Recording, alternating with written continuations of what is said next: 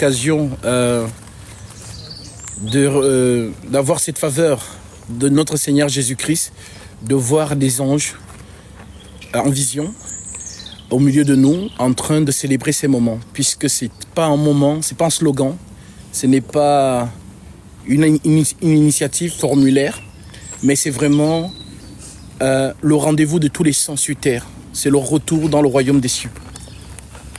Alors, je vous invite vraiment à être connectés en esprit et que le Seigneur se glorifie en ce moment où il a encore permis en sorte que tout au long de la semaine, beaucoup de frères et sœurs soient touchés pour venir prendre le baptême conformément à la saine doctrine.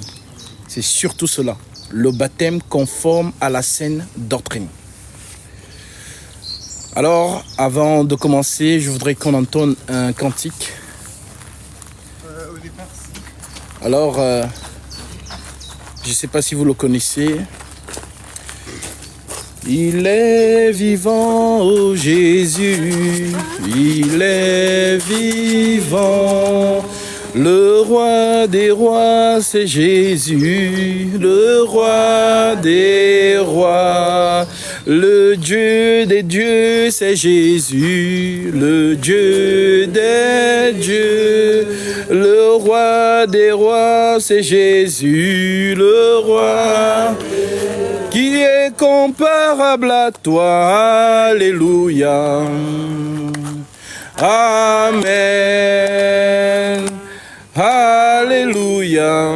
Jésus est vie, qui est comparable à toi. Alléluia. Hosanna. Amen. Hosanna. Alléluia.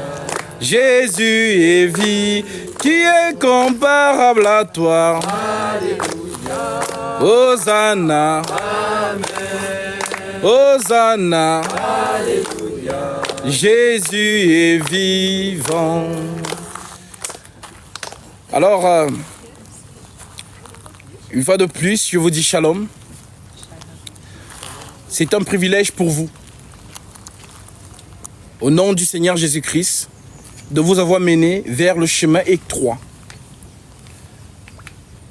Car, déclare-t-il ce jour-là, Matthieu 7, versets 13 à 14, large est la porte, spacieux le chemin qui mène à la perdition, il y en a beaucoup qui entrent par là. Mais étroite est la porte, resserré est le chemin qui mène à la vie, il y en a peu qui les trouvent.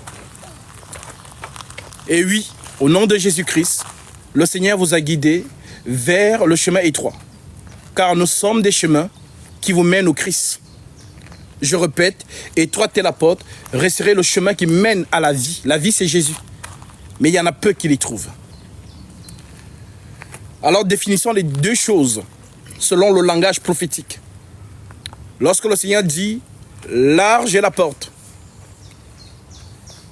l'être humain, qui est toujours dans le rationnel et dans la logique, s'imagine une grande porte. Mais vous savez que le Père parlait toujours en énigme pour accomplir ici le psaume chapitre 78, versets 1 à 2. J'ouvrirai ma bouche en parabole et je publierai les énigmes des jours d'autrefois. Alors la porte, c'est quoi dans le langage prophétique? C'est quoi dans le langage prophétique? C'est quoi dans le langage prophétique?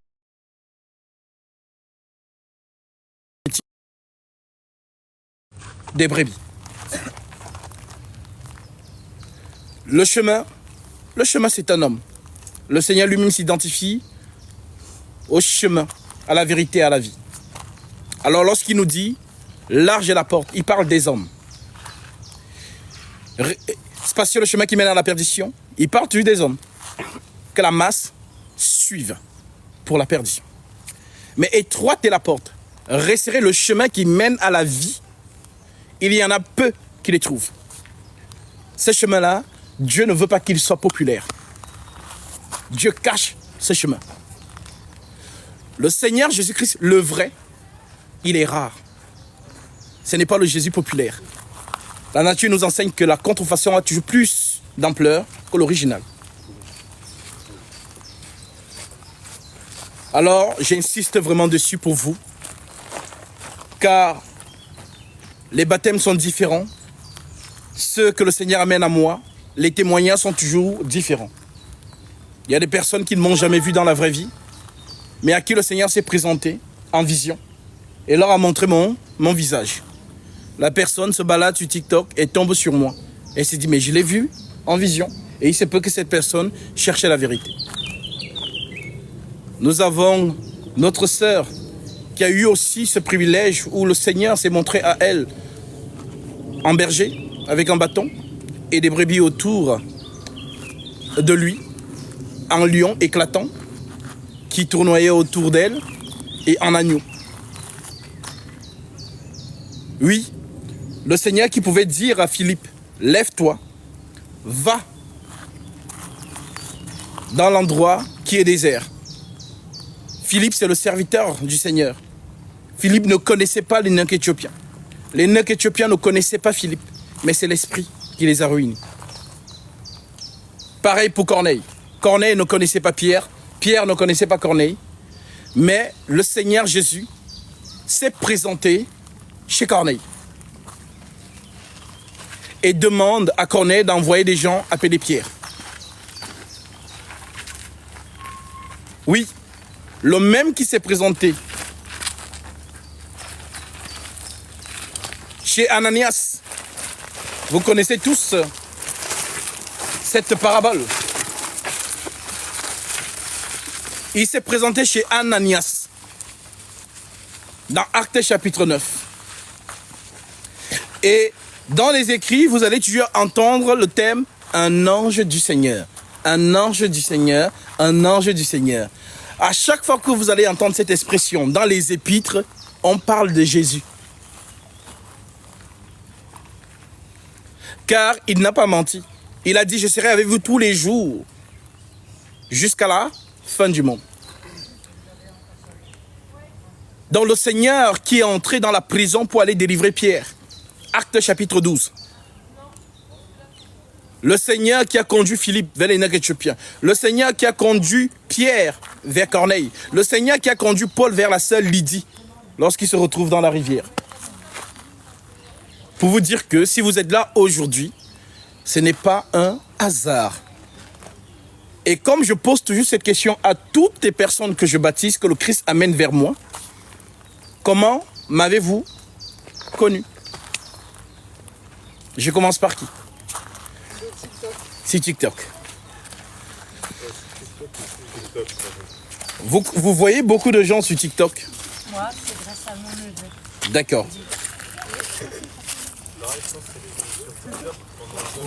TikTok.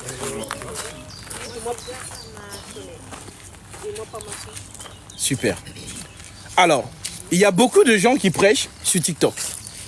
Mais pourquoi particulièrement vous venez vers moi pour recevoir le baptême conformément à la Sainte Doctrine? Quel a été votre déclic? Au début, après le Covid, je vous voyais, je disais, c'est qui ce mec-là? Je zappais, et puis un bonjour, j'ai écouté, et puis j'ai été... Tu as été touché. Alléluia. Pour ma part, c'est parce que je suis plutôt rebelle avec les enseignements actuels. Donc l'esprit m'a clairement poussé à venir prendre mon baptême après une semaine de jeûne. Et ça, c'était une révélation. Amen. Pendant ce jeûne qui s'achève aujourd'hui. Alléluia. Et je l'achève très bien maintenant grâce à Dieu. Gloire au Seigneur. Amen, amen, amen. Oui. Moi, personnellement, j'étais d'abord contre tout ce que tu enseignais, parce que c'était tout le contraire de ce que j'avais entendu de la parole de Dieu. J'ai prié le Seigneur un jour de me dire si tu étais vraiment son serviteur, que tout ce que tu enseignes, il a fait mon cœur à lui. Le jour d'après,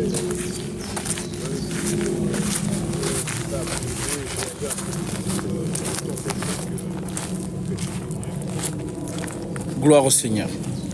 Voyez-vous cela? Voilà pourquoi l'Écriture dit, invoque-moi, je te répondrai. Je t'annoncerai de grandes choses, des choses cachées que tu ne connais pas.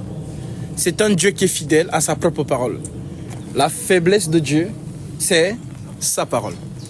Voilà pourquoi il dit, à cause de mon nom, je suspends ma colère. À cause de ma gloire, je me contiens envers toi pour ne pas t'exterminer. Aujourd'hui, le monde a abandonné Dieu. Et c'est une prophétie. 2 Timothée 4,3. Car il viendra un temps où les hommes ne supporteront pas la saine doctrine, mais ayant la démangeaison d'entendre des choses agréables, ils se donneront une foule de docteurs, selon leurs propres désirs, détourneront l'oreille de la vérité et se tourneront vers les fables. La vérité, c'est l'écriture. Car la vérité a été faite chair. Voilà pourquoi le Seigneur peut dire dans Matthieu 7, 24, c'est pourquoi quiconque entend ces paroles que je dis et les met en pratique sera semblable à un homme prudent qui a bâti sa maison sur le roc. Sauf qu'aujourd'hui, les gens se sont détournés du roc et suivent des hommes. On s'attache émotionnellement aux hommes. Ce qui fait en sorte que même lorsque cet homme est en train de prêcher le faux, en train de contredire le roc, on devient l'avocat de cet homme. Voilà donc pourquoi il est important que lorsque tu entends une personne parler, celui qui est oint, sa parole n'est pas insensible. Elle vient pour deux choses, soit pour te condamner, soit pour te sauver. Car l'Écriture dit, celui qui croira et qui sera baptisé sera sauvé. Celui qui ne croira pas sera condamné. Le malheur de tout fils de la perdition, c'est de croiser le chemin du oint. Car il a l'épée de la justice. Et l'épée coupe des deux côtés. On dit qu'elle est tranchante. La sœur disait tout à l'heure qu'elle ne sait pas pourquoi chaque fois qu'elle voit mon live, elle voit quelque chose ici.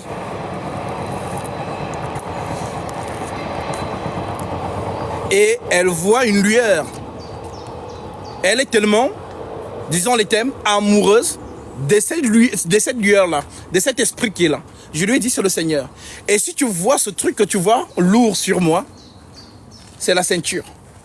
Et je vais lire cette écriture. Parce que le Seigneur ne le révèle qu'en vision à ceux qu'il veut faire grâce de voir cela.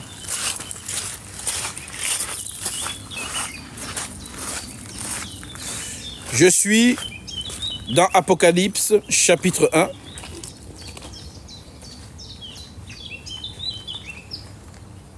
Je prends le verset 10. Je fus ravi en esprit au jour du Seigneur et j'entendis derrière moi une voix forte comme le son d'une trompette. À chaque fois que vous allez entendre cette expression, le son d'une trompette, ne pensez pas à la trompette qu'on voit tous les jours. Le son de la trompette, c'est la parole de Dieu. Qui disait, ce que tu vois, écris-le dans un livre, envoie-le aux 7 églises. Éphèse, Smyrne, Pérgame, Thyatire, Sardes, Philadelphie et Laodicée. Alors vous allez dire, ah peut-être qu'il a oublié Jérusalem. Peut-être qu'il a oublié Corinthe. Peut-être qu'il a oublié Kinshasa, Paris, Los Angeles, Yaoundé. C'est une métaphore. Chaque 7 églises dont on mentionne ici, ça parle de chacun de vous. Alors lorsque vous lisez cette écriture, enlevez Église d'Éphèse et mettez votre nom. Parce que chaque lettre et chaque reproche qu'il fait, ça vous concerne. En d'autres termes, chaque reproche qu'il fait à une église, reproche qu'il fait à une église, reproche qu'il fait à une église,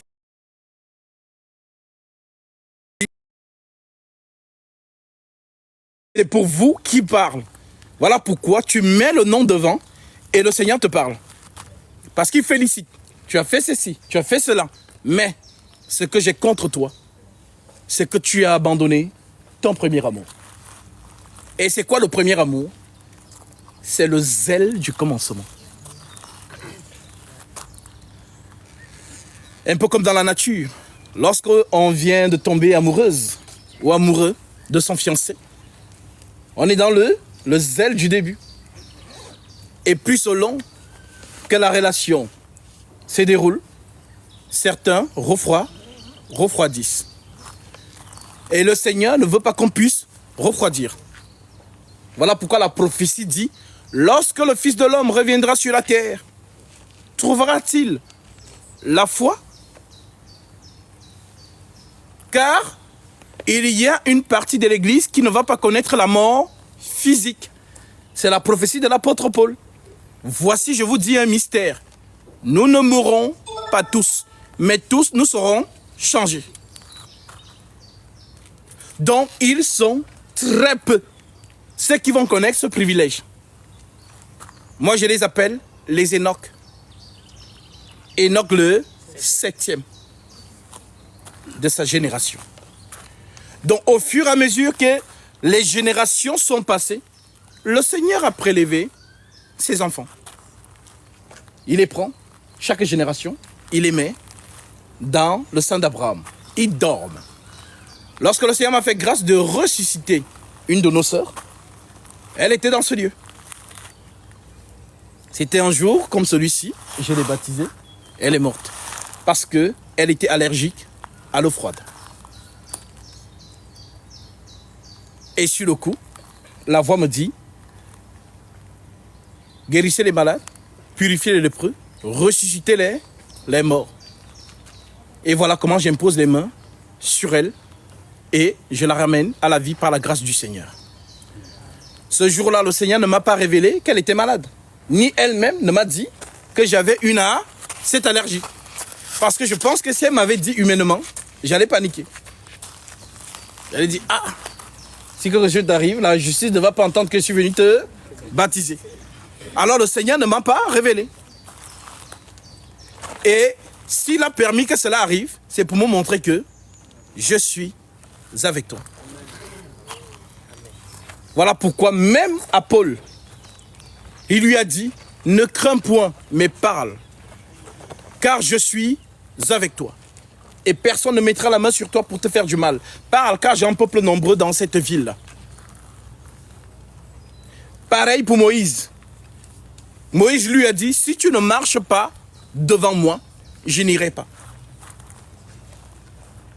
Alors oui, lorsque le Saint-Esprit est vraiment avec toi, tu parles avec assurance. Tu ne t'attends pas. Tu n'imagines pas que tu fais l'œuvre de Dieu. Voilà pourquoi tout ce que le Seigneur a appelé au ministère, c'était un ministère conscient. C'était un ministère conscient. Lorsque le Seigneur a appelé Paul sur le chemin de Damas, il était conscient. Aujourd'hui, ceux qui se disent hommes de Dieu vont étudier la théologie et s'improvisent eux-mêmes. Ça veut dire qu'eux-mêmes, ils tâtonnent. Ils ne sont pas sûrs. Alors le ministère, c'est être conscient que lorsque Christ t'envoie, tu marches avec assurance. Et ceux qui te suivent, ils sont dans l'assurance que tu es celui vers qui, celui que le Christ leur a donné pour les mener à lui. Voilà pourquoi on ne s'improvise pas dans le ministère. Si vraiment, comme je suis là, je me suis réveillé moi-même. Un jour, j'ai dit, bon, je vais commencer à enseigner. Vous êtes perdus. Parce que c'est un homme qui s'est réveillé. Il a dit, ah, vraiment, ça commence à m'intéresser les choses de pasteur là. Moi aussi, je veux. En fait, la théologie, l'institut, c'est où? Il paye, il fait la formation, on lui remet son diplôme. Il est devenu papa pasteur, maman pasteur.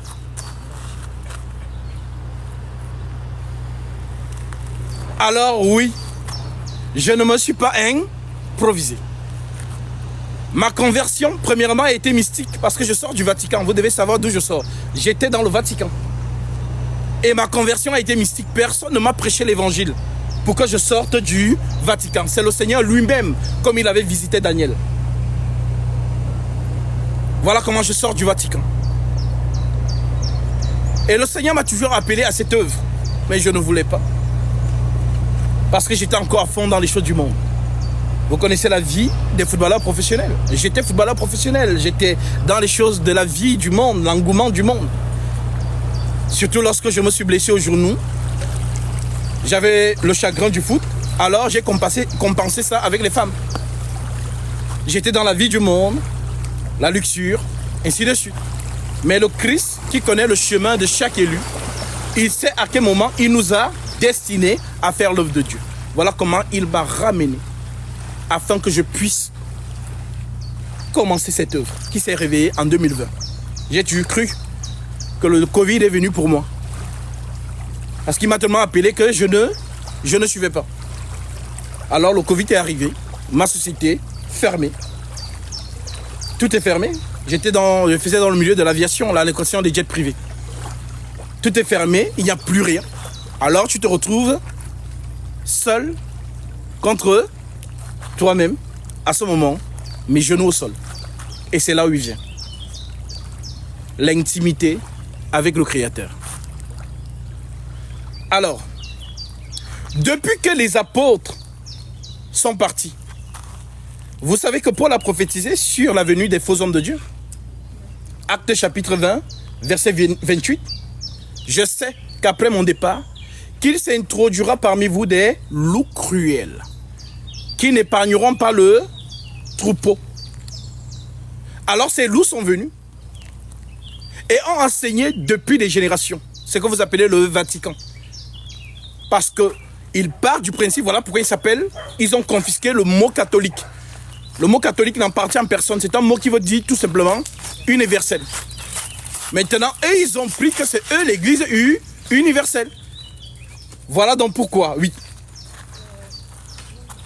Comment vous dire là, on est peut-être 20, mais je vois qu'il y a au moins une trentaine de personnes devant la personne qui écoute.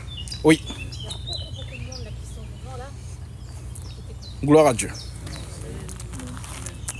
Ils sont là. Voilà pourquoi je vous ai demandé d'être connectés.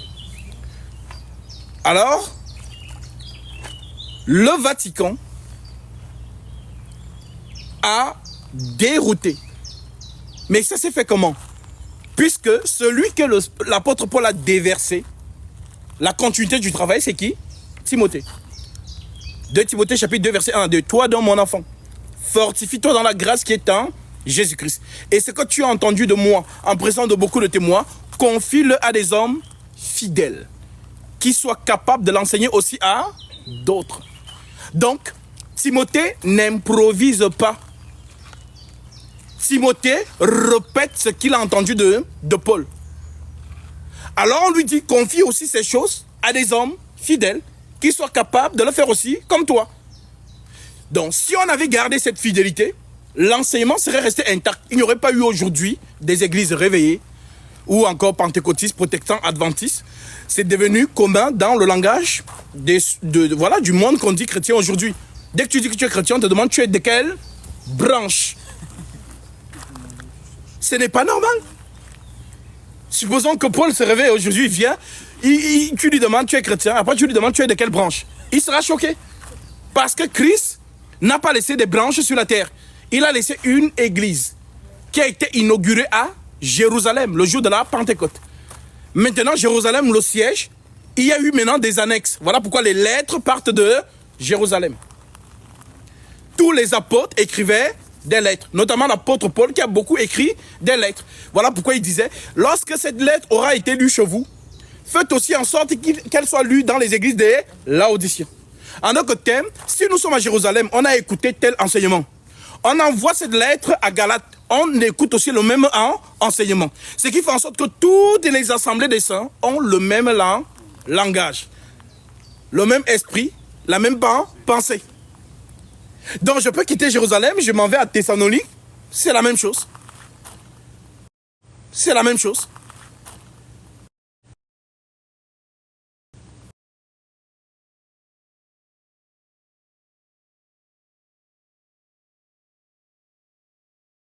Dis que tu vas à gauche, le pied droit ne va pas dire non, moi je vais aller à droite.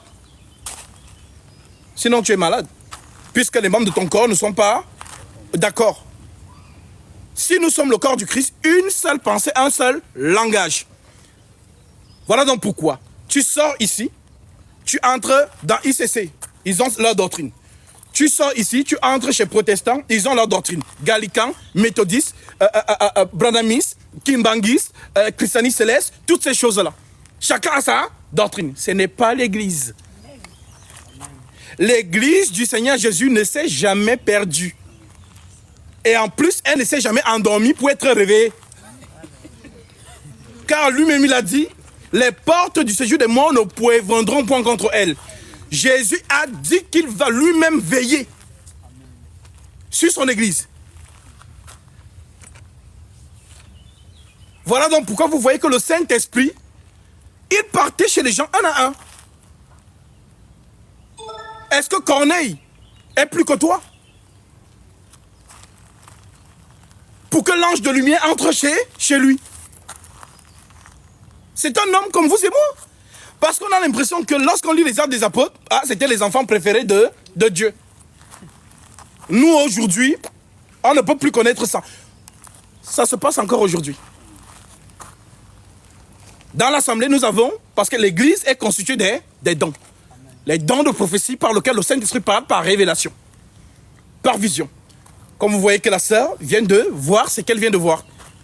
Elle l'a vu, elle vous a dit, et vous êtes parce que vous savez que vous n'êtes plus seul. Voilà pourquoi on dit que celui qui cherche à en posséder les dons, cherche à en posséder pour l'édification de l'église. Le don s'exprime dans l'église. Le don, ce n'est pas un accessoire. Genre, tu as ça chez toi, non. Le don que Christ met en toi, c'est pour le corps du Christ. Voilà pourquoi, si vous avez des dons, ça va se réveiller dans l'église, l'assemblée. Afin que l'église en reçoive l'édification. Alors que moi, j'ai le don de l'enseignement. Toi, tu as le don de guérison. L'autre a le don de vision, ainsi de suite. Nous sommes tous bénéficiaires des dons. Voilà pourquoi la main ne peut pas être jaloux du pied. Si moi j'étais le pied, j'allais faire mieux le travail du pied. Si j'étais le genou, j'allais faire mieux le travail du coude. Non. Aucun membre du corps de Christ n'envie l'autre. Alors, écris donc les choses que tu as vues, et celles qui sont, et celles qui doivent arriver. Le mystère, l'Écriture dit, continue en disant, je fus ravi en esprit au jour du Seigneur, et j'entendis derrière moi une voix forte comme le son d'une trompette qui disait, ce que tu vois, écris-le dans un livre et envoie-le aux 7 églises, à Éphèse, Smyrne, Pergame, Thyatire, Sardes, Philadelphie et Laodicée. Je me retournai pour connaître quelle était la voix qui me parlait, et après m'être retourné, je vis 7 chandeliers d'or. Le chandelier, c'est l'église. Il n'y en a pas 7. Il y a un seul. Voilà pourquoi on le représente 7 fois. En d'autres termes, c'est le chandelier parfait. Et au milieu des chandeliers, quelqu'un qui ressemblait à un fils d'homme, vêtu d'une longue robe et une ceinture d'or sur la poitrine. Voilà ce qu'on a permis à la sœur de voir autour de moi. Ça veut dire que celui-là, c'est un consacré. La ceinture d'or, c'est le Seigneur Jésus-Christ lui-même. Vous ne le verrez jamais. Il est toujours dissimulé dans son corps. C'est la marche que nous marchons aujourd'hui. Israël l'a marché. Dieu était au milieu d'eux par un homme. Moïse. Voilà pourquoi il disait, je lui parle bouche à bouche et face à face. Et il voit une représentation de l'Éternel. Est-ce que vous avez vu les enfants d'Israël prier Dieu? Non, lisez bien. Ils venaient toujours vers Moïse. Nombre chapitre 21, verset 4. Dieu envoie les serpents. On prie Moïse de prier Dieu. Dis au Seigneur d'éloigner les serpents de nous.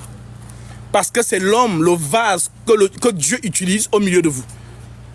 Maintenant, aujourd'hui, étant dans l'église, nous avons reçu le Saint-Esprit. Le voile est ouvert. Ça veut donc dire que toi aussi, tu peux aller directement prier devant le Père. Il n'y a plus de médiation. J'ai voulu rappeler ces choses pour vous montrer que l'église de Jésus ne s'est jamais endormie. Qui est de l'église? C'est celui qui confesse fidèlement les saintes lettres.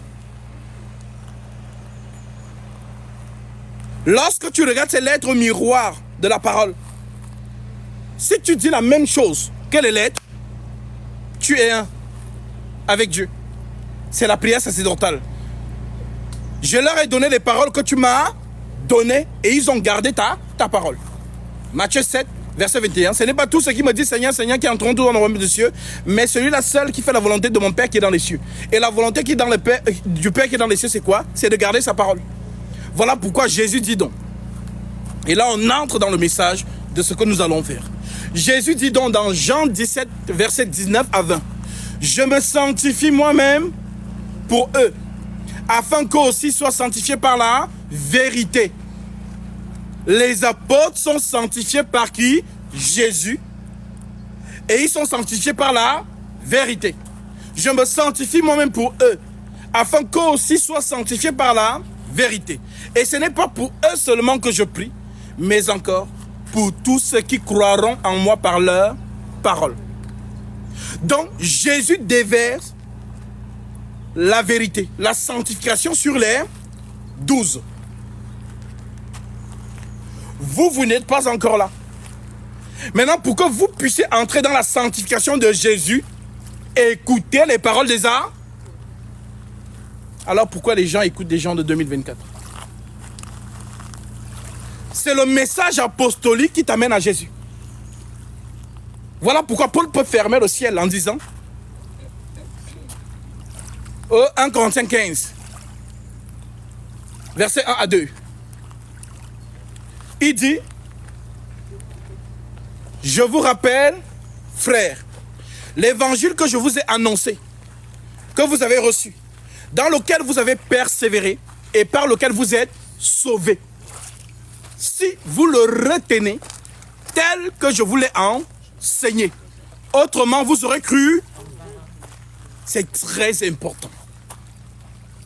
Je vous rappelle, frères, l'évangile que je vous ai annoncé, que vous avez reçu, dans lequel vous avez persévéré et par lequel vous êtes sauvés. Si vous le retenez tel que je vous l'ai annoncé, autrement vous aurez cru en. Alors oui, ceux qui font la guerre à l'apôtre Paul, j'ai pitié d'eux.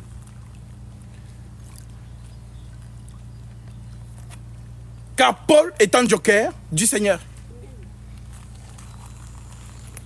Voilà donc pourquoi il peut tenir ce genre de propos. Ce qui manque aux souffrances de Christ, je l'achève en ma chair.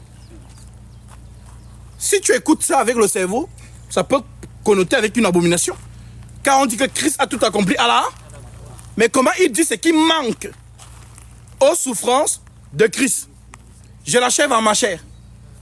Parce que c'est Jésus qui a dit ça à Ananias. Je lui montrerai combien il devra souffrir pour l'amour de mon nom. Voilà donc pourquoi il peut tenir des discours comme « Oh, bien-aimé, je suis jaloux de vous, d'une jalousie de Dieu, parce que je vous ai fiancé à un seul époux, pour vous présenter à Christ comme une vierge pure. » C'est lui qui nous a fiancés. Mais il nous a fiancés comment? Par ce qu'il a reçu au 3e ciel. Ce qu'il a entendu là-bas, ce qu'il appelle les paroles ineffables, qui n'est pas permis à un homme d'exprimer. C'est ce qu'il est venu nous prêcher. Et quiconque reçoit ça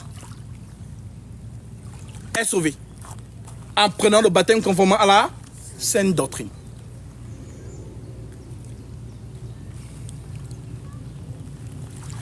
Je me sanctifie moi-même pour eux, afin qu'eux aussi soient sanctifiés par la vérité. Et ce n'est pas pour eux seulement que je prie, mais encore pour tous ceux qui croiront en moi par leur parole. Et les apôtres répètent cela dans 2 Thessaloniciens 2,15.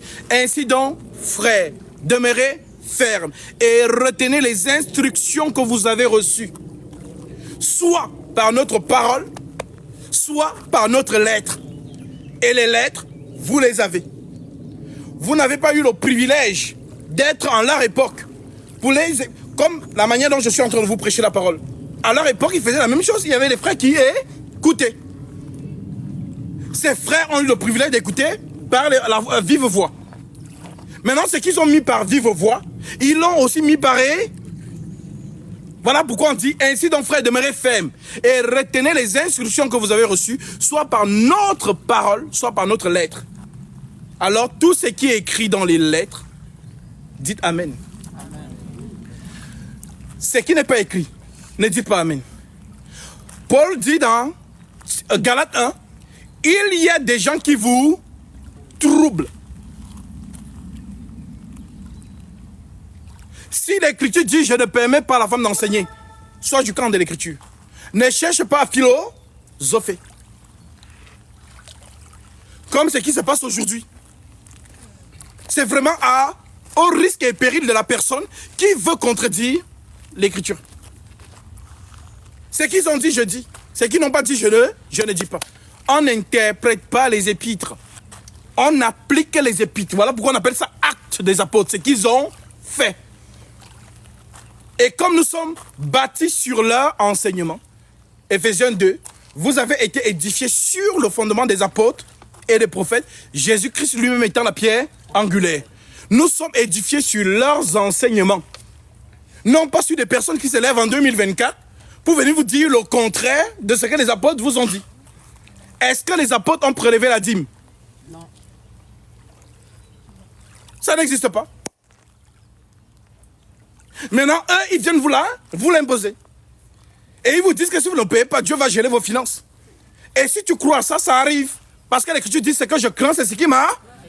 Ce que je redoute, c'est ce qui m'a. Ne mettez pas foi à tout esprit.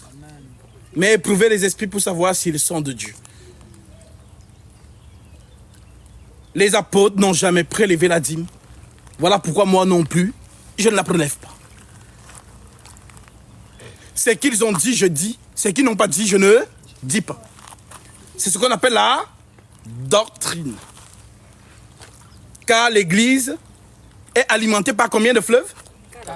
4. Car l'Église, c'est le jardin qui doit être arrosé par les 4 fleuves. Nous nous retrouvons ici dans Genèse. Un fleuve sortait et s'est divisé en 4 bras pour arroser le... Comment Paul interprète ça? 1 Corinthiens 4, 6.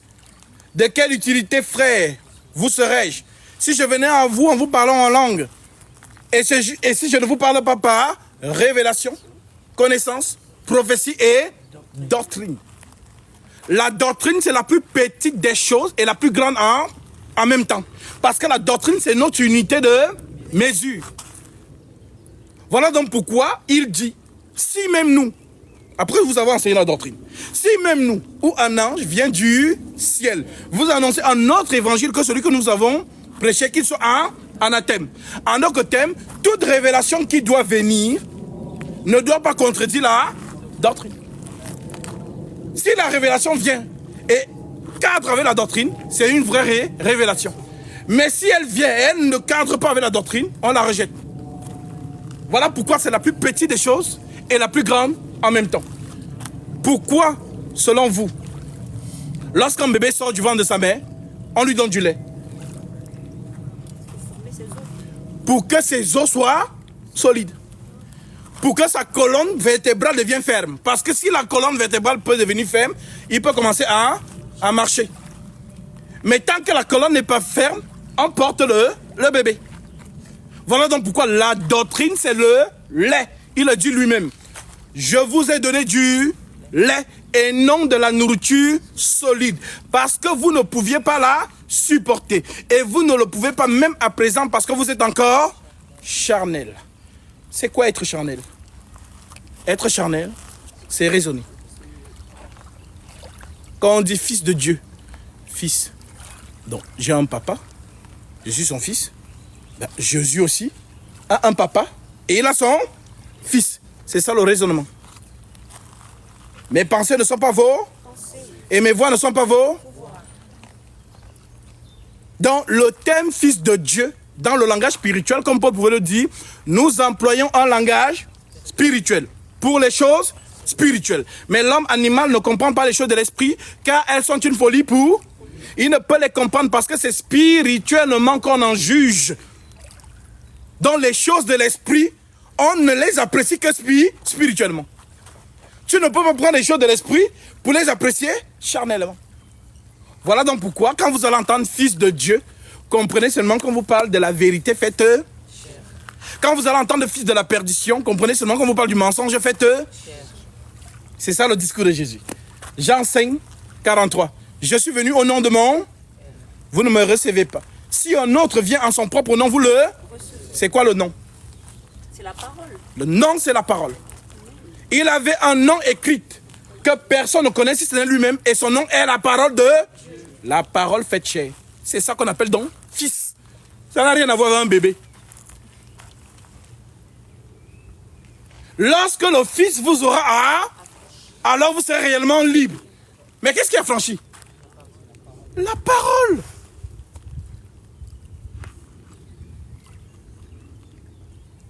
Parce que nous voyons déjà cette écriture dans le jardin d'Éden.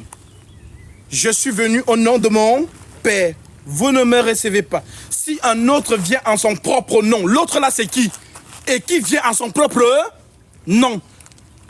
Donc l'autre là vient avec sa parole. Voilà donc pourquoi dans le jardin d'Éden, on retrouve ça. Genèse chapitre 2, Genèse chapitre 2, verset 16. Verset 18, en descendant, l'écriture dit quoi? Tu pourras manger de tous les arbres qui sont dans le... Mais quant à l'arbre de la connaissance du bien et du mal, tu ne... Car le jour où tu mangeras, tu... C'est ça la vérité. Genèse 3. Vous ne mourrez... C'est ça le mensonge. La vérité dit, vous ne mourrez... Le jour où tu mangeras, tu... Le mensonge dit, le jour où vous ne mourrez... Il y a quoi? Guerre. Il y a inimitié. Donc la guerre avait déjà commencé où? Dans le jardin. Entre le mensonge et la vérité. Voilà donc, ces deux. Celui qui a parlé avec l'homme, c'est la vérité. Celui qui a parlé avec la femme, c'est le... Maintenant, les deux doivent s'incarner. C'est le voyage dans le temps. Voilà pourquoi la prophétie a combien de tempos? 3 tempos. Je suis celui qui est, qui était et qui... Allez dire à ce renard que je chasse les démons aujourd'hui et demain et le troisième jour j'aurai. Il n'y a rien de nouveau sous le soleil. Ce qui a été, c'est ce qui est et c'est ce qui... 3 tempos. Dieu d'Abraham, Dieu d'Isaac, Dieu de Jacob. Alors s'il y a 3 tempos, c'est normal qu'il y ait 3, 6. 6, 6, 6. Donc, la vérité va devenir un homme. Le mensonge aussi va devenir un... Maintenant, qui est le père de Caïn et d'Abel? Adam. Genèse chapitre 4. D'autres vous ont dit que non. Celui qui a couché avec la femme d'Adam, c'est le serpent. Abomination, c'est un mensonge. Il n'y a jamais eu de relation sexuelle dans le jardin d'Éden. Dans la présence de Dieu, il n'y a pas de relation sexuelle. Car le jardin, c'est le 3e ciel. Avant que Moïse ne vienne vous enseigner sur le parvis, le lieu saint, le lieu très saint, nous étions déjà dans le lieu très saint. Le lieu très saint, c'est la présence de Dieu. Et là où Dieu est, rien n'est mort, tout est vivant. Même l'eau est consciente. Les arbres sont conscients, les animaux parlent. Rien n'est mort. Voilà donc pourquoi le péché n'a pas eu la répercussion que sur l'homme, mais sur les éléments de la nature aussi. D'où le fait que nous voyons donc un homme créé par Dieu.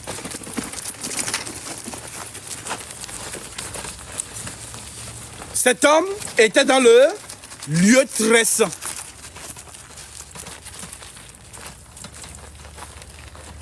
Et dans le lieu très saint, il y a quelque chose qui te permet de vivre éternellement. C'est quoi? L'arbre de vie. L'arbre de vie, on l'appelle arbre de vie. Pourquoi? Parce que c'est l'immortalité. C'est la source de la vie. si je mange l'arbre de vie, je ne peux pas mourir. Voilà pourquoi l'arbre de vie n'avait pas été défendu à Adam de manger. Ce qui lui avait été défendu de manger, c'est l'arbre de la connaissance du bien et du mal qui incarne quoi? La loi. Car la grâce, c'est la liberté. La loi, c'est la contrainte. C'est dur. Voilà pourquoi par la loi, personne ne peut se sentir sanctifié.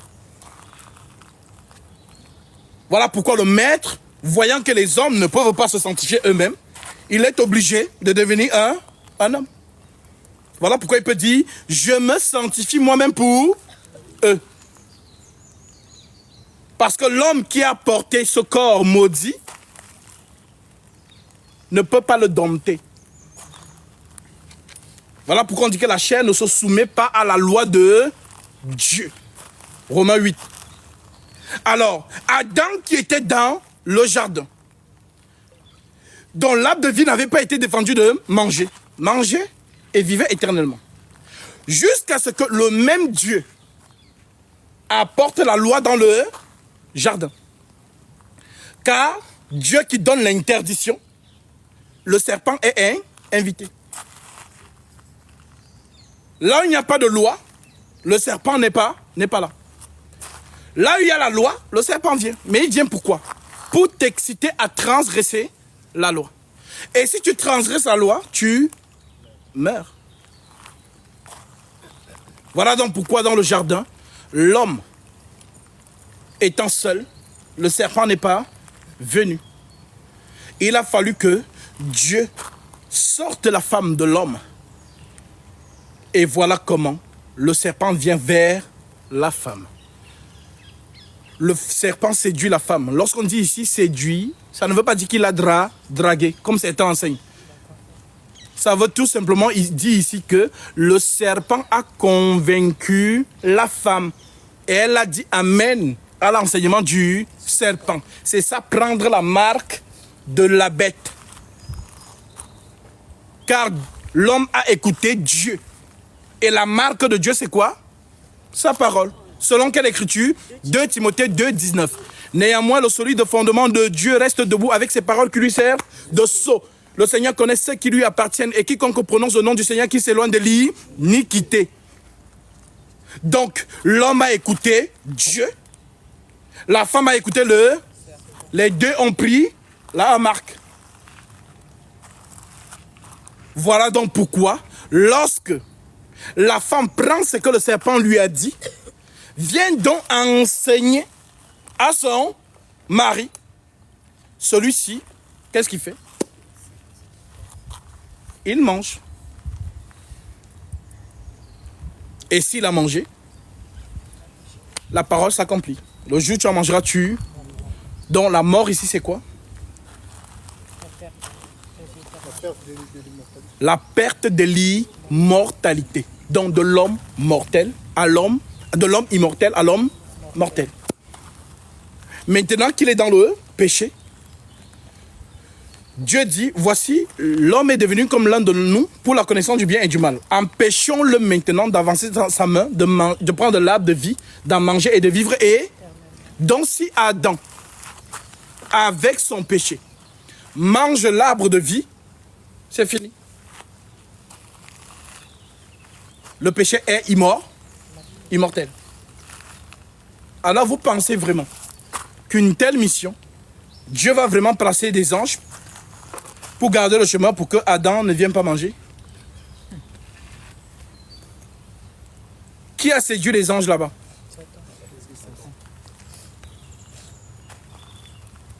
N'est-ce pas, l'écriture dit, quelqu'un peut nous lire cette écriture?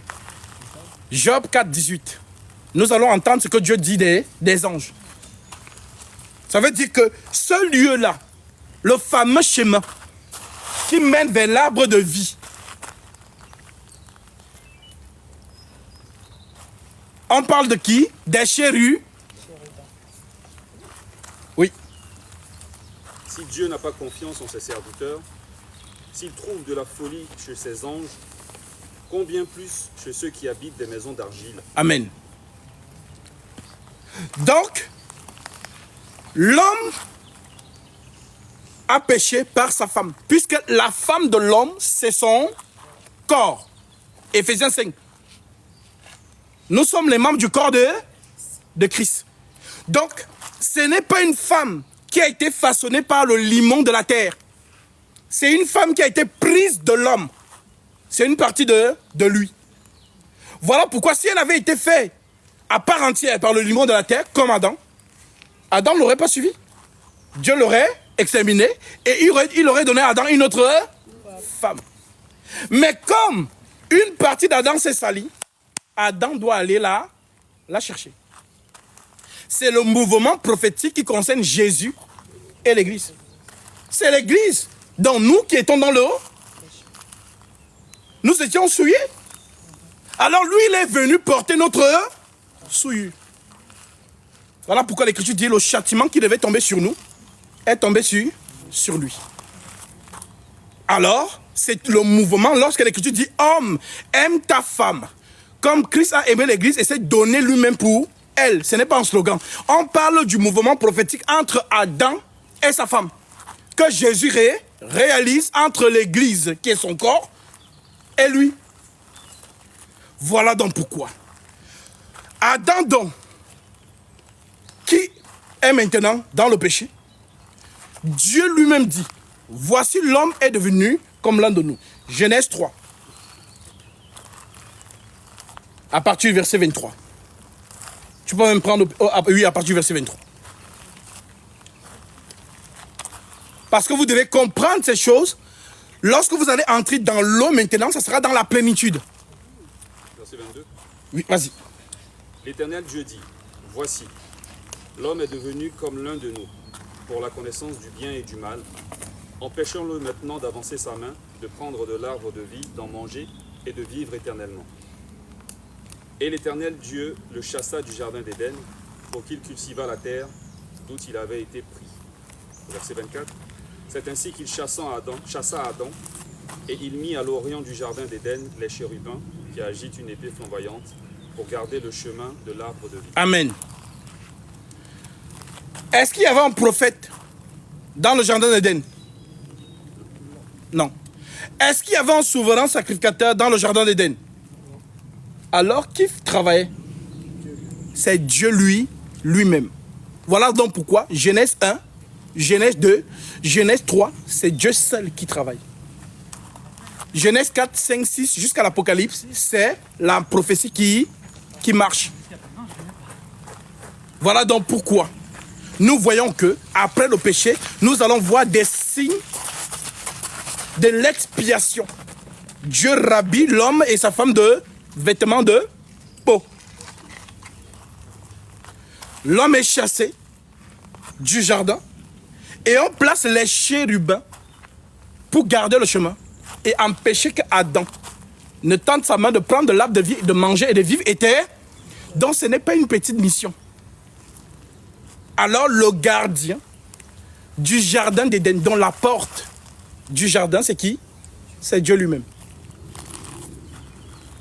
Car nul ne peut corrompre Dieu. On peut corrompre un ange. Comme ce qui s'est passé là-bas. Mais nul ne peut corrompre Dieu. Voilà donc pourquoi lui-même est le gardien de l'Éden.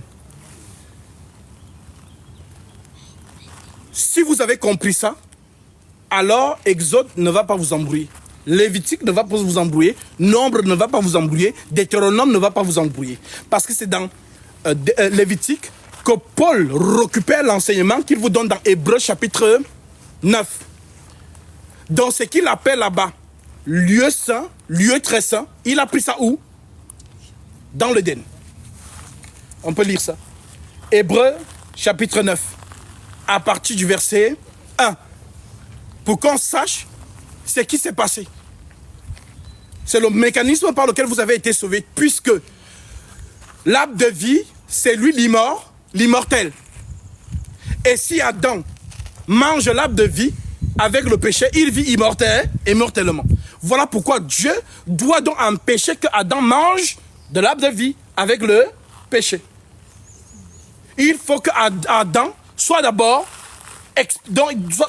purifié avant de revenir manger l'arbre de vie. Oui. Hébreux 9, verset 1. La première alliance avait aussi des ordonnances relatives au culte et le sanctuaire terrestre. Un tabernacle fut en effet construit.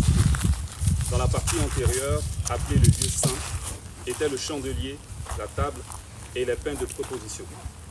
Derrière le second voile se trouvait la partie du tabernacle, appelée le Saint des Saints, renfermant l'autel d'or pour les parfums et l'arche de l'Alliance, entièrement recouverte d'or.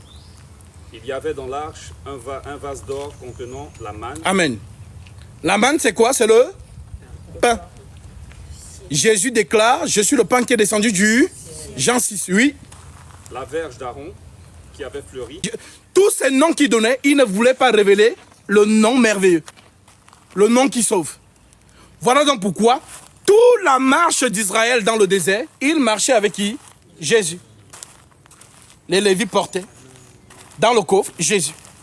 Voilà pourquoi Paul dit, le mystère caché de tout temps et dans tous les âges, mais révélé maintenant à ses saints. Est-ce que vous êtes des saints? Alors vous avez la révélation. Le Dieu de la loi, c'est Jésus. Que personne ne vienne vous embrouiller avec la Trinité, c'est monté, c'est descendu. Le Dieu de la loi supprime ça. Il dit dans Ésaïe 46, verset 9, a dit, souvenez-vous de ce qui s'est passé dans les temps anciens, car je suis Dieu et il n'y en a point d'autre. Je suis Dieu et nul n'est semblable à moi. Donc il supprime ces choses que le Vatican est venu introduire plus tard. Qui sortent de la cosmogonie dite de l'Égypte antique. Avec Osiris, Isis et Horus. Donc, mystère, un seul mystère caché dans tout temps et dans tous les âges. Mais révélé maintenant à ses saints. Donc, l'Église ne connaît qu'un seul Dieu. Car ce Dieu parle en 3 temps. On a dit que la prophétie a combien de tempos? 3. Lorsqu'il s'identifie en tant que Dieu d'Abraham, Dieu d'Isaac, Dieu de Jacob, c'est un langage, c'est le travail. Abraham, la volonté. Isaac, le mariage. Jacob, qui répand la postérité. Voilà pourquoi la loi, c'est un père.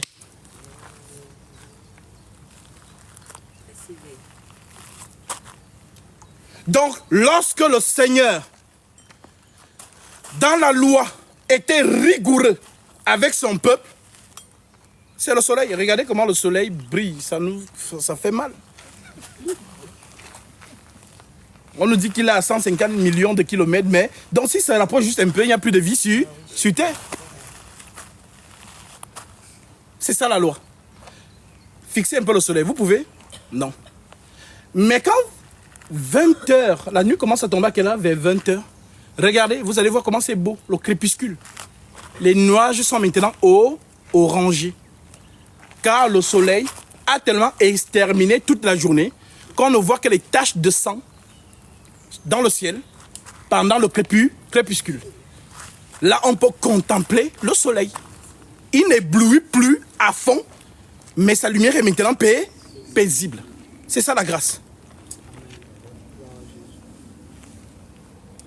Alors, oui.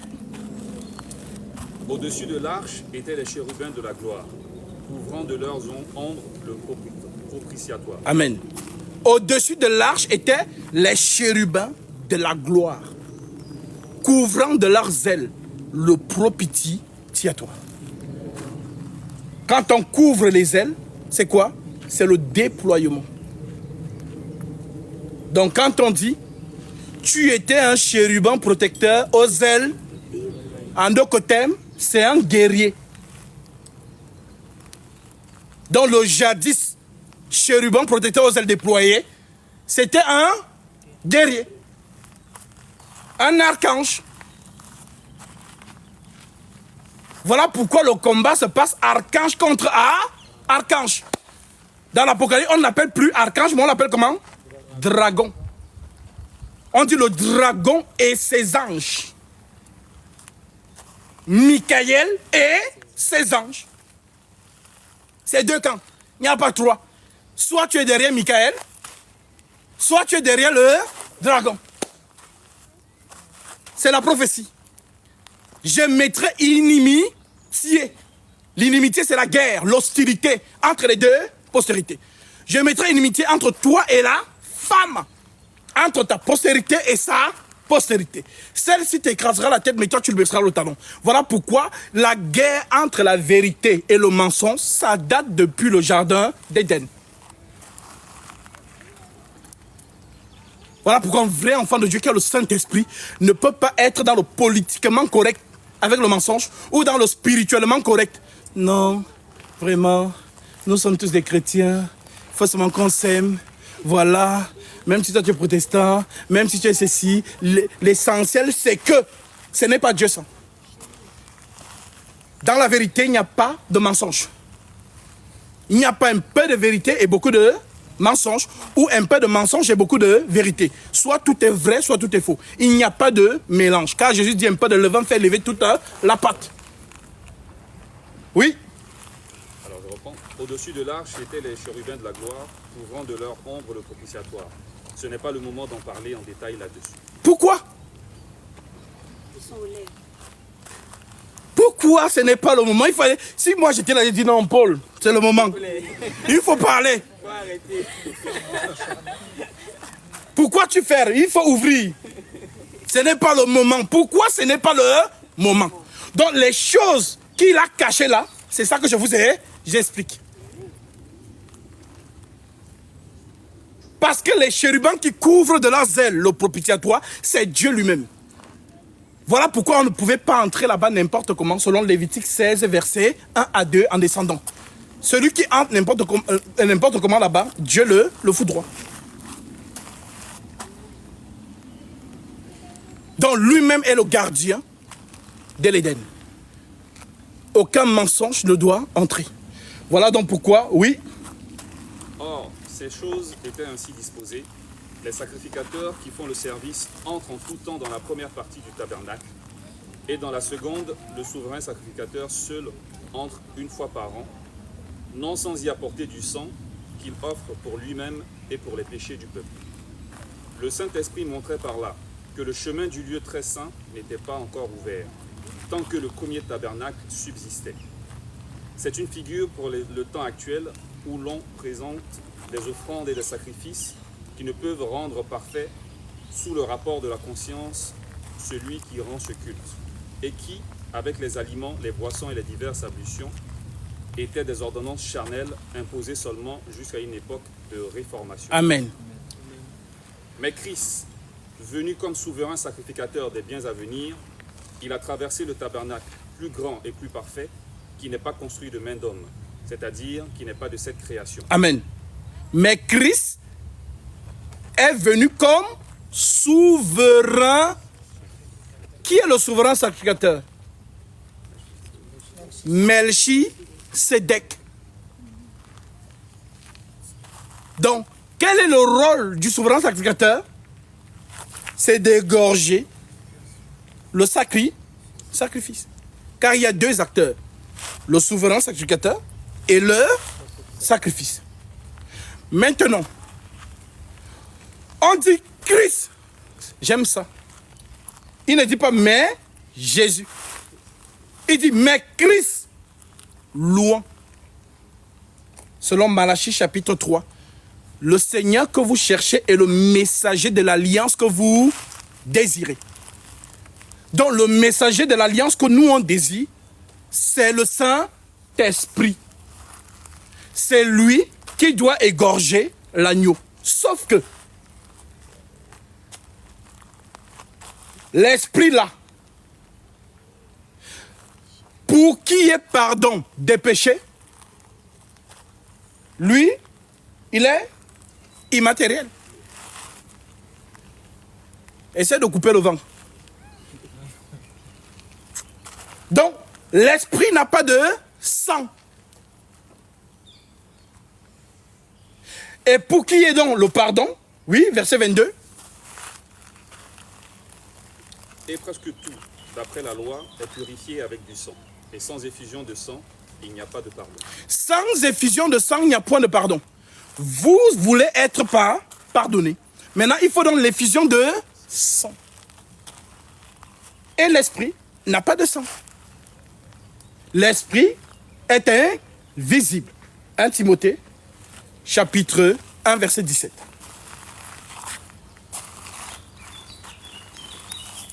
Si vous devez comprendre le mécanisme par lequel vous avez été sauvé. Je lis. Oui. Au roi des siècles, immortel, invisible, seul Dieu, soit honneur et gloire au siècle des siècles. Amen. Au roi des siècles, immortel, invisible. Seul Dieu, pas deux, pas trois, ou je ne sais pas. 1 Timothée 6, verset 13 à 16. Je lis. Je te recommande devant Dieu, qui donne la vie à toutes choses, et devant Jésus-Christ, qui fit une belle confession devant Ponce Pilate, de garder le commandement et de vivre sans tache, sans reproche, jusqu'à l'apparition de notre Seigneur Jésus-Christ, qui manifestera en son temps le bienheureux et seul souverain, le roi des rois et le Seigneur des seigneurs, qui seul possède l'immortalité. Qui seul possède l'immortalité. Est-ce qu'il y a deux immortels? Non. On dit un seul est immortel. Il n'y a pas de co-immortalité. Un seul est la source. C'est lui l'immortel. Donc l'immortel veut donc redonner l'immortalité à l'homme qui a perdu l'immortalité. Car Adam qui est mort, c'est Adam immortel qui devient mortel. Donc il faut redonner la vie donc à Adam. Qui dit Adam dit vous et moi. Car Paul explique ça dans 1 Corinthiens chapitre 15. Il dit tel est le, au singulier le terrestre, tels sont aussi les terrestres. Tel est le céleste, tels sont aussi les célestes. Donc dans un premier temps, nous sommes héritiers d'Adam. Et dans un second temps, nous sommes héritiers du second Adam. Voilà pourquoi il dit, il faut que ce corps mortel révèle l'immortalité. Que ce corps corruptible révèle l'incorruptibilité. Voilà donc pourquoi le premier Adam, on dit, tu es poussière, tu retournes à la. Voilà pourquoi lorsque l'un parmi nous meurt, directement, il se met à se décomposer comme Lazare. Parce que la terre te réclame. Mais lui, lorsqu'il est mort, est-ce qu'il s'est décomposé? Pourquoi? Parce qu'il vient de l'esprit. Tu es poussière, tu retournes à la. Tu es esprit, tu retournes à l'est. Voilà pourquoi la prophétie disait, tu ne permettras pas que ton sang voie la corruption. Donc, lorsqu'il dit, cette génération demande un miracle, il ne leur sera donné un miracle si ce n'est celui de Jonas. Comme Jonas fit 3 jours et 3 nuits dans le ventre du... Le poisson a essayé de digérer Jonas, mais il n'a pas pu. Et quand ton organisme n'arrive pas à digérer quelque chose, il renvoie. Donc par là, vous comprenez donc que la terre n'a pas pu le décomposer. Alors la terre dit, mais attends, mais c'est quoi ça? C'est quoi ce tendon? Vous avez vu quand vous mangez la viande, tu arrives à marcher, tu dis, ah, ça t'énerve, même tu jettes. Donc la tête dit, mais attends, mais lui, il n'est pas d'ici. Non, non. J'essaye, mais il le renvoie. Voilà donc pourquoi, lorsque les gens parlent de résurrection, nous on prêche ça autrement. Donc voilà pourquoi Paul détaille ça dans 1 Corinthiens chapitre 15. Alors oui. Alors, qui seul possède l'immortalité, qui habite une lumière inaccessible, que nul homme n'a ni vu, ni ne peut voir, à qui appartiennent l'honneur et la puissance éternelle. Amen. Amen. Alors, cet immortel, c'est dans lui qui veut venir sauver les hommes. Sauf que lui, il est immatériel, comme vous voulez l'entendre. Il est invisible. Alors, qu'est-ce qu'il fait? Hébreux 10. C'est merveilleux. À partir du verset 1. Je lis. En En effet, la loi qui possède une nombre des biens à venir et non l'exacte représentation des choses ne peut jamais, par les mêmes sacrifices qu'on offre perpétuellement chaque année, amener les assistants à la perfection. Autrement, n'aurait-on pas cessé de les offrir parce que ceux qui rendent ce culte, étant une fois purifiés, n'auraient plus aucune conscience de leurs péchés. Amen. Donc dans le vrai sacerdoce, on n'a plus conscience des péchés. Donc quand vous entendez souvent les gens qui disent, ils disent qu'ils sont l'église, mais vous les entendez dire, si tu pêches, tu iras en enfer. Alors ils rendent des témoignages qui ne sont pas dans le vrai sacerdoce. Parce que dans le vrai sacerdoce, on n'est plus conscient des péchés. Répète encore cette partie-là, parce qu'il y a beaucoup de personnes qui ne savent pas ça. Autrement, n'aurait-on pas cessé de les offrir parce que ceux qui rendent ce culte, étant une fois purifiés, n'auraient plus aucune conscience de leurs péchés. Est-ce que nous avons été purifiés? Alors nous ne sommes plus conscients de nos péchés. Quiconque sait qu'il n'a pas encore été purifié, c'est lui que Satan vient encore le manipuler dans la conscience. Ah, tu as vu ce que tu as fait là? Ah non, tu n'es pas un enfant de Dieu et Dieu ne t'écoute pas. Et la personne qui croit ça, ben la personne rend témoignage qu'il n'a pas cru.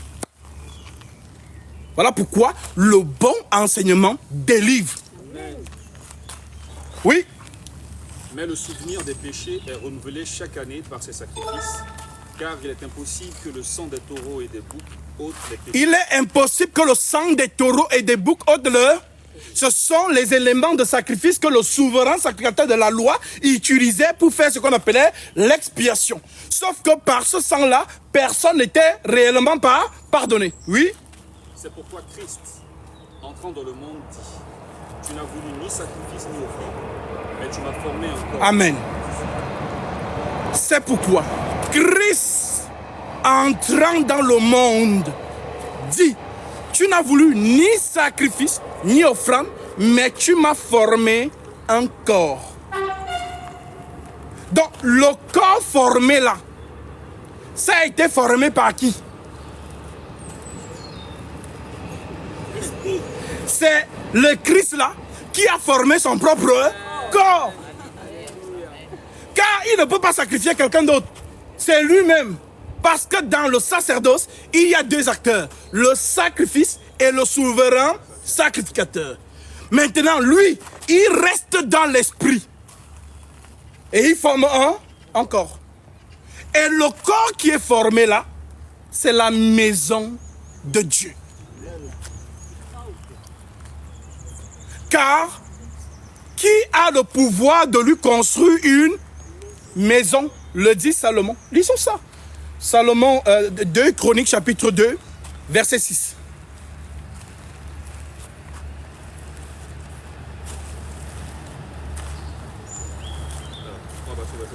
Oui. La maison que je vais bâtir doit être grande, car notre Dieu est plus grand que tous les dieux. Mais qui a le pouvoir de lui bâtir une maison, puisque les cieux et les cieux des cieux ne peuvent le contenir?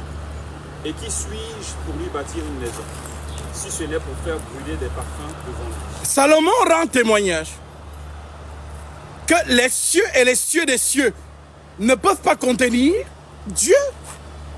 Alors il dit: combien moins cette maison que je lui bâtis. En autre terme, pourquoi est-ce que Salomon ne peut pas construire la maison de Dieu? Parce que personne n'a les mesures de Dieu. Personne n'a les mesures de Dieu. Donc le seul qui a les mesures dans les dimensions de Dieu, c'est Dieu lui-même. Alors comme c'est lui qui a ses propres mesures, il peut donc lui-même se construire sa propre maison. Alors il construit sa maison. C'est cette maison que vous avez appelée Jésus, le sanctuaire céleste.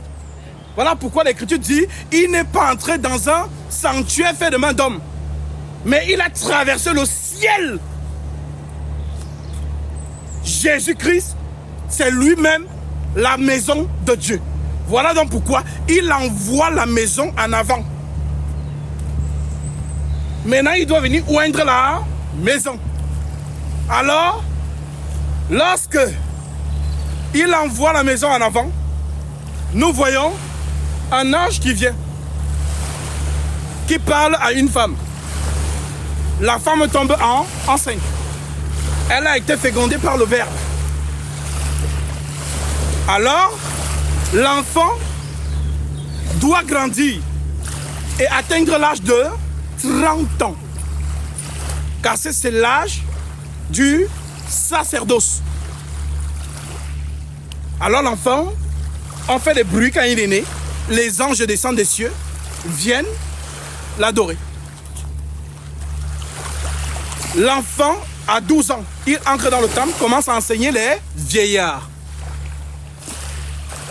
Maintenant, on entend encore, on parlait de l'enfant à 30 ans. L'Écriture dit, il fut conduit par le Saint-Esprit. Jean donc prend, donc lorsqu'il voit lui-même en tant que prophète, il sent qu'il y a quelque chose qui n'est pas net. Voilà pourquoi il panique. Il a vu un homme simple venir vers lui. Alors, il panique parce qu'il comprend qui est devant lui. Il dit non, ce n'est pas moi qui dois te baptiser, c'est toi qui dois me baptiser. Mais il lui dit quoi? Laisse faire pour que les Écritures s'accomplissent. Maintenant, question, quelle Écriture? Est-ce que vous avez vu un chrétien qui a posé cette question-là? Laisse faire pour que l'Écriture s'accomplisse. Quelle Écriture? Quelle Écriture? Alors, donnons l'Écriture là aujourd'hui. Lévitique chapitre 16, verset 1. Oui. L'Éternel parla à Moïse, après la mort des 2 fils d'Aaron, qui moururent en se présentant devant l'Éternel. Les 2 fils d'Aaron, ce sont des sacrificateurs qui sont morts en se présentant devant l'Éternel dans le lieu très saint. Oui. L'Éternel dit à Moïse, parle à ton frère Aaron, afin qu'il n'entre pas en tout temps dans le sanctuaire, au-dedans du voile, devant le propitiatoire qui est sur l'arche. De peur qu'il ne meure, car j'apparaîtrai dans la nuée sur le propitiatoire. Voici de quelle manière Aaron entrera dans le sanctuaire. Aaron, c'est qui? C'est le souverain sacré? Oui. Il prendra un jeune taureau pour le sacrifice d'expiation et un bélier pour l'holocauste. Il se revêtira de la tunique sacrée de lin et portera sur son corps des caleçons de lin. Il se ceindra d'une ceinture de lin et il se couvrira la tête d'une tiare de lin. Ce sont les vêtements sacrés dont il se revêtira après avoir lavé son corps dans l'eau. Amen. Donc, les vêtements sacrés là, c'est ce qui représentait l'onction de Dieu sur Aaron. Voilà donc pourquoi il devait porter ses vêtements de lin et une tiare de lin. Tout en lin. Maintenant, on dit qu'avant de s'habiller comme ça, il doit d'abord laver son corps dans... Voilà donc pourquoi. Lorsque le souverain sacrificateur céleste, Melchisédek, va donc maintenant venir commencer le travail, on prend donc le tabernacle, on le met dans l'eau. Lorsqu'il ressort de l'eau, la tunique sacrée descend. Voilà donc pourquoi Jean rend témoignage. J'ai vu l'Esprit descendre du ciel et s'arrêter sur lui comme ce qui représente l'Esprit, c'est en forme de colombe là. Je ne sais pas où vous avez lu ça. On a dit comme une colombe. Pas j'ai vu la colombe. Comme une colombe. Donc Jean voit des choses qui ne sont pas permis à un homme de voir. Voilà pourquoi il est le plus grand de tous les hommes. C'est Jésus qui dit. De tous les hommes qui sont nés de femmes. Il n'y en a pas un qui est paru plus grand que Jean. Cependant, le plus petit dans le royaume de Dieu est plus grand que lui. Mais pourquoi il est le plus grand? Parce qu'il a vu ce qui n'est pas permis à un homme de voir. Il a rendu témoignage, j'ai vu l'Esprit descendre sur lui comme une colombe. Celui qui m'a envoyé m'a dit, celui sur qui tu verras l'Esprit... Vous connaissez cette écriture-là? Est-ce que vous avez interrogé, mais qui lui a dit ça? C'est écrit où? Si un musulman t'attrape, il dit, Jean dit, la personne a dit, celui sur qui tu verras l'Esprit descendre, c'est celui-là qui baptise le Saint-Esprit. Montre-moi ça, c'est écrit où? Tu ne vas pas trouver l'écriture. Mais, si tu as les yeux, tu vas trouver l'écriture. Car celui qui a dit à Jean sur qui il va voir l'Esprit descendre, c'est celui qui a parlé avec son père. Jean avait un père, il s'appelait comment? Zacharie. Zacharie était quoi? Souverain sacrificateur. Et Zacharie, qui a parlé avec Zacharie en lui disant qu'il allait voir Jean? Gabriel. Donc c'est Gabriel qui a dit à Jean, celui sur qui tu verras l'Esprit descendre, c'est celui-là qui bâtit du Saint-Esprit et du feu. Voilà donc comment ce dernier, lorsqu'il sort donc de l'eau, il est conduit directement où?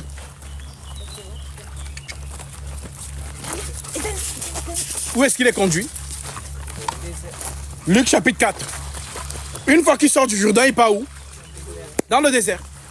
Mais pourquoi on l'amène dans le désert? On l'amène dans le désert parce qu'il doit aimer l'écriture et détester l'iniquité. Car celui qui était où là-bas, on dit, tu étais intègre dans toutes tes voies jusqu'au jour où tu étais intègre dans toutes tes voies jusqu'au jour où tu as commis l'iniquité. Maintenant, lui, l'esprit l'amène dans le désert et le tentateur vient pour lui dire, ah, rejoins mon club. Regarde la terre. Si tu te prostènes devant moi, je te donnerai toute la gloire de ce royaume. Il y a des belles femmes ici. Il y a les voitures, les ceci, il y a cela. Mais qu'est-ce que lui il a dit? Il est écrit. Donc il a justifié l'écriture. Car la justice c'est l'écriture. Ne jugez pas selon l'apparence, mais jugez selon la justice. Voilà pourquoi toutes les tentations que l'ennemi l'a apportées, il a toujours dit, il est écrit. Voilà pourquoi on dit donc, tu as aimé tu as haï. Alors, oui mes frères, l'immortel est venu à vous apporter vos transgressions, a été fouetté, châtié, insulté. Lui, le roi des rois. C'est ça la folie pour les hommes. Le Dieu créateur se fait malmener par ses propres créatures. Ça n'entre pas dans l'homme intellectuel, ça n'a pas de sens. Mais c'est donc ça l'amour.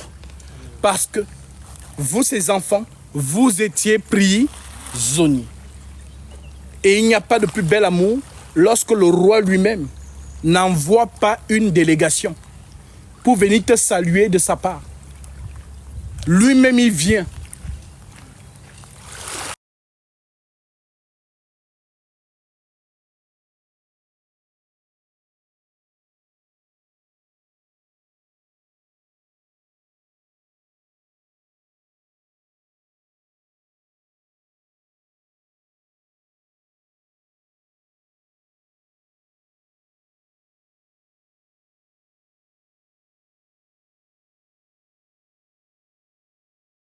Qui sont dans les cieux et sur la terre, les visibles et les invisibles, trône, dignité, domination, autorité.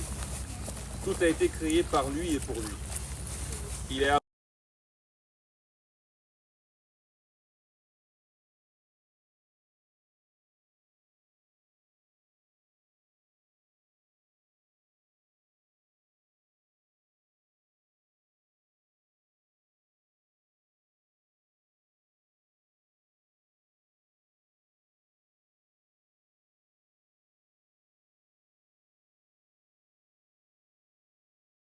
Et vous qui étiez autrefois étrangers et ennemis par vos pensées et par vos mauvaises œuvres, il vous a maintenant réconciliés par sa mort dans le corps de sa chair pour vous faire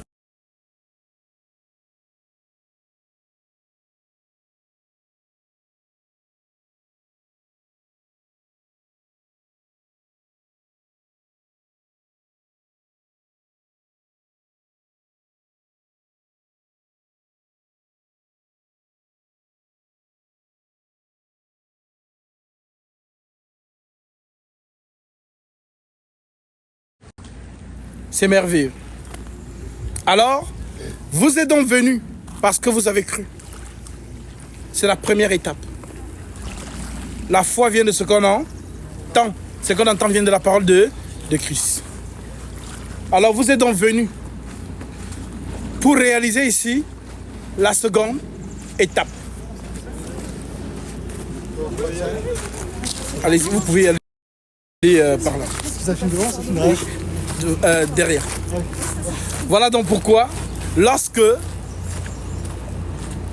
vous avez donc cru, vous êtes venu pour la seconde étape, prendre votre baptême conformément à la Sainte Doctrine pour le pardon de vos péchés. C'est ici. Et cela se fait par les mains de loin. Car ce n'est pas n'importe qui baptise. On a posé la question à Jean-Baptiste, pourquoi donc baptises-tu si tu n'es pas Élie, ni le Christ, ni le prophète? C'est l'envoyé qui baptise. Alors,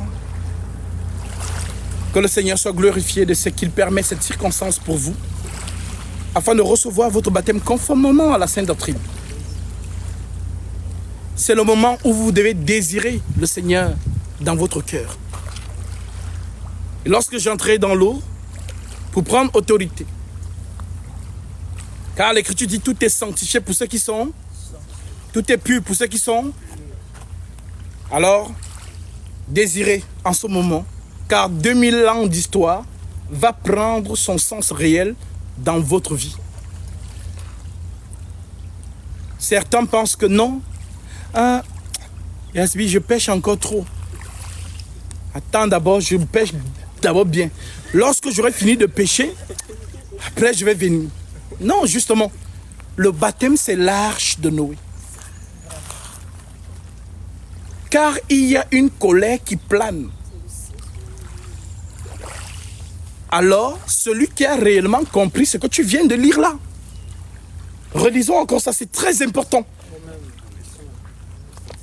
Alors, Colossiens 1, à partir du verset 15.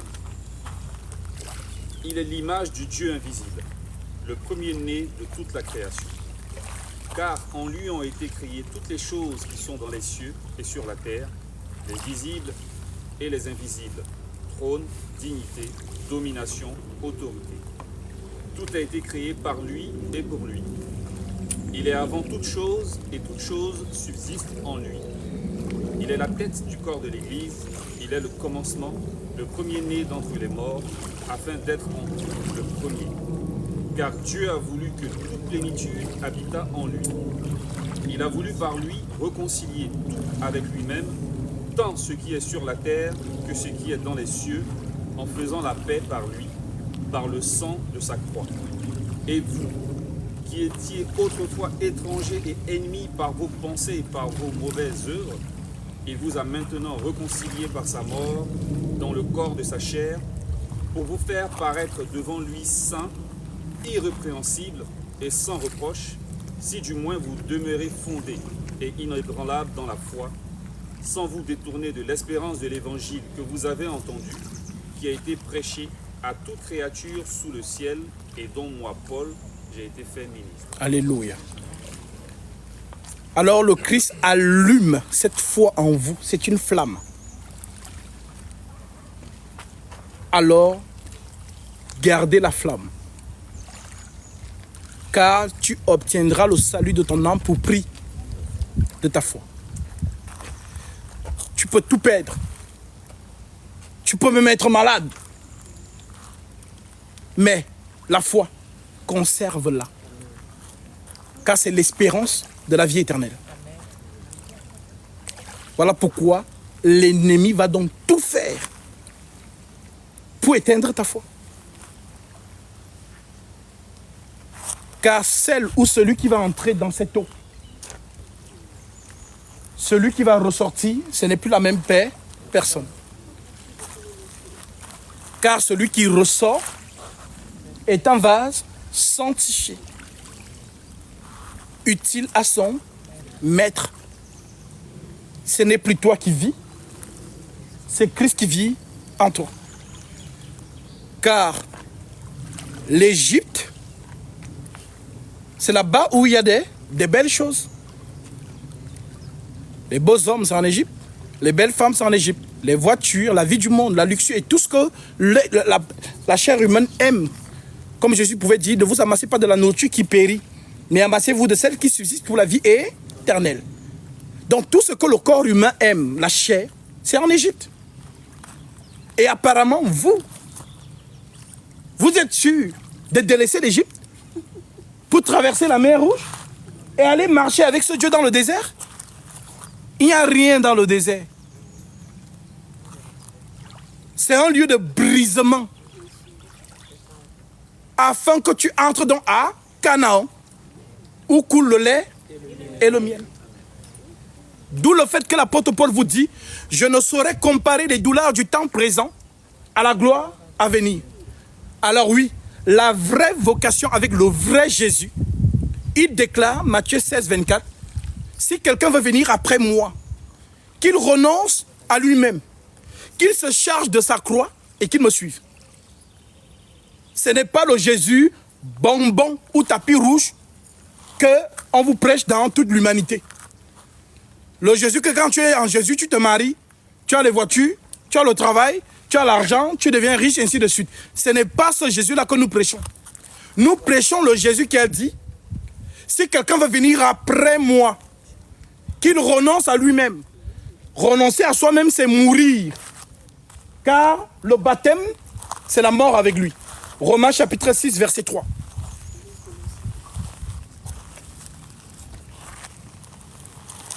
Alors, Romains 6, chapitre 3. Ignorez-vous que nous tous qui avons été baptisés en Jésus-Christ, c'est en sa mort que nous avons été baptisés. Nous avons donc été ensevelis avec lui par le baptême en sa mort, afin que, comme Christ est ressuscité des morts par la gloire du Père, de même nous aussi, nous marchions en nouveauté de vie.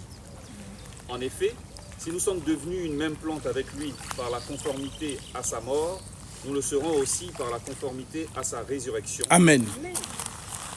Sachant que notre vieil homme a été crucifié avec lui, afin que le corps du péché fût détruit, pour que nous ne soyons plus esclaves du péché, car celui qui est mort est libre du péché. Celui qui est mort est libre du péché.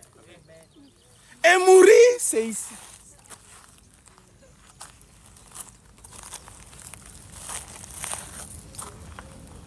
Voilà pourquoi l'ennemi ne peut plus vous réclamer. Terminons avec cette écriture. 1 Jean chapitre 3, verset 8 et verset 9.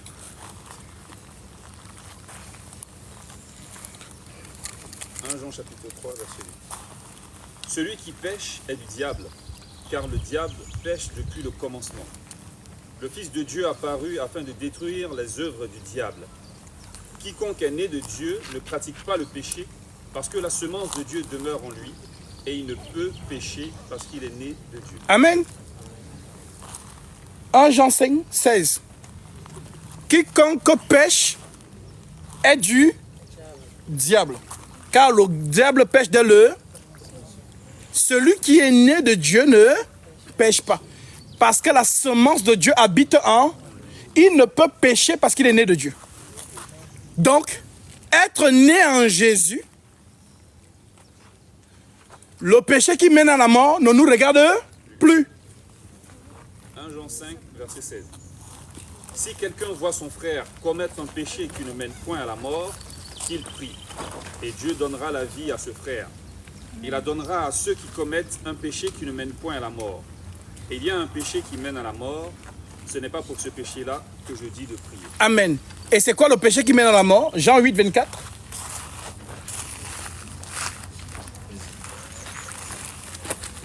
Bonjour.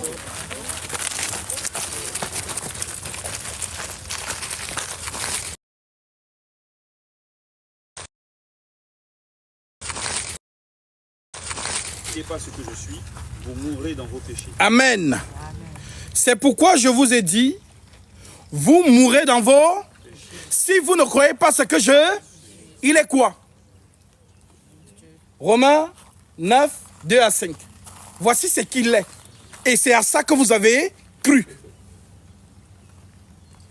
Alors, on va partir du verset. Je dis la vérité en Christ, je ne mens point.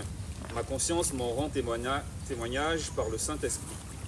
J'éprouve une grande tristesse, et j'ai dans le cœur un chagrin continuel, car je voudrais moi-même être anathème et séparé de Christ pour mes frères, mes parents selon la chair, qui sont israélites, à qui appartiennent l'adoption et la gloire, et les alliances, et la loi, et le culte, et les promesses, et les patriarches, et de qui est issu selon la chair le Christ, qui est au-dessus de toutes choses, Dieu béni éternellement. Jésus-Christ est le Dieu au-dessus de toutes choses, béni éternellement.